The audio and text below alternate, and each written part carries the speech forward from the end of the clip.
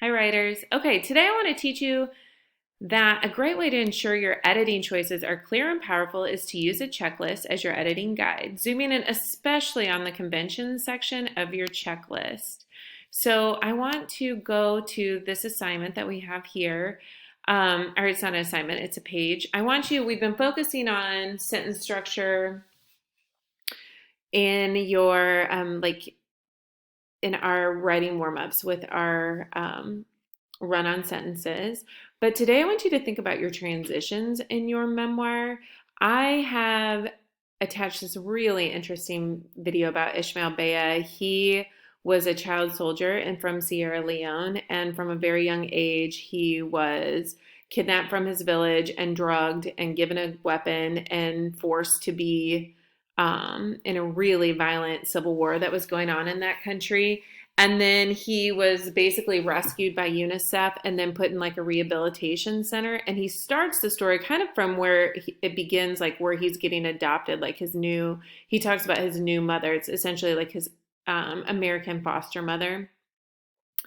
But what I want you to do is listen to his transitions as he tells the story. He is a good storyteller. He wrote a really good book.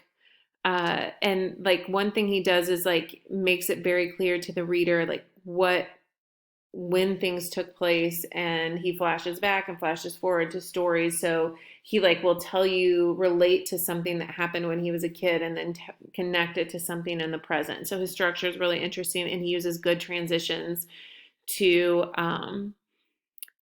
really help us know how old he was, where he was, how time was shifting, and just lets us know what's happening. And you can do this too in your story. So I want to give you a tool that might be helpful. And I've given you this transition chart, setting up the story, moving back into story parts. So like if you did like the Soul Surfer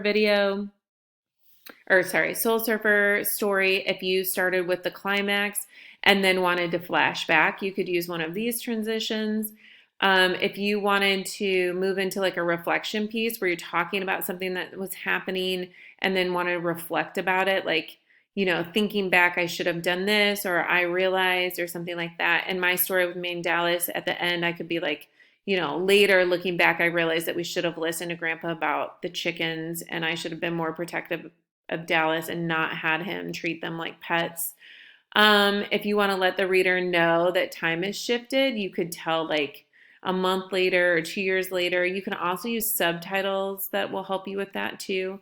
So when I'm grading your essays, I'm going to look for some transitions in your memoir to help me better understand the story. So make sure that you include some of these.